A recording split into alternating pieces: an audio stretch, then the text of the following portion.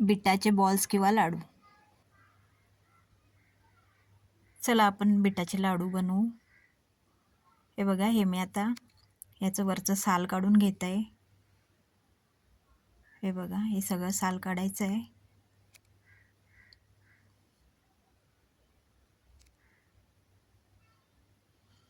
आता हे आपण किसून घेऊ. डायरेक्ट कापून पण तुम्ही घेऊ शकता, पण मी असं किसून घेतले. ह्याची मग पेस्ट चांगली होते. हे आपल्याला मिक्सरला लावायचं आहे.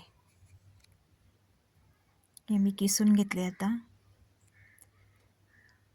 हे बघा, आता ही पेस्ट करायची आहे याची. याच्यात मी किसलेलं बीट टाकलं आणि खजूर टाकला. त्याच्या बिया काढून घेतलेल्या आहेत खजुराच्या, आणि काजू टाकले. चला बनवू.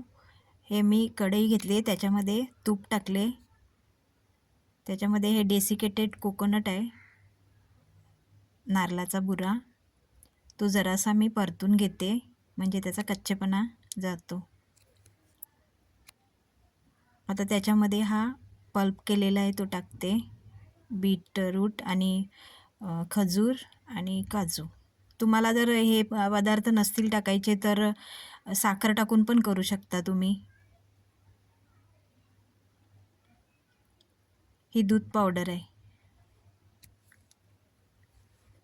बीटामुळे रक्त वाढते हे काही सांगायला नकोच.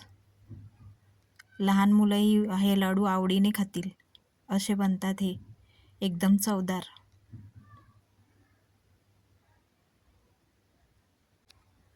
हे मिश्रण शिजू द्यायचं आहे.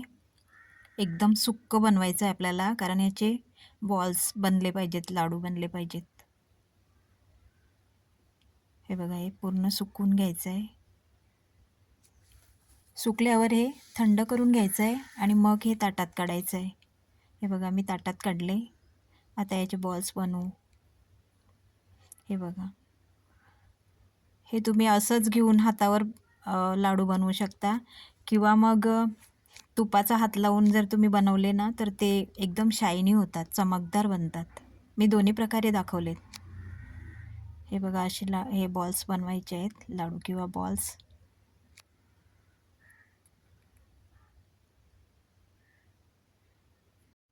हे बघा, हे मी तुपाचा हात लावून बनवते. हे बघा, हे मग जरा ना चमकदार दिसतात.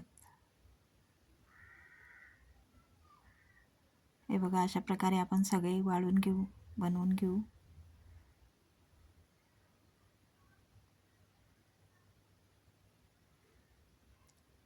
आता बीट मस्त बाजारात मिळतात ताजी ताजी. तुम्ही नक्की बनवून बघा, मुलांना खरंच खूप आवडतील.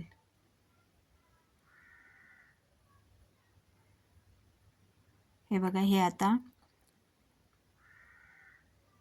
खोबऱ्याच्या चुऱ्यामध्ये बुडवून घेऊ आपण. ह्याचं कोटिंग लावू याला, म्हणजे जरा आकर्षक दिसतील. हे बघा, अशा प्रकारे सगळे लाडू आपण ह्या बुऱ्यामध्ये असे कोट करून घेऊ.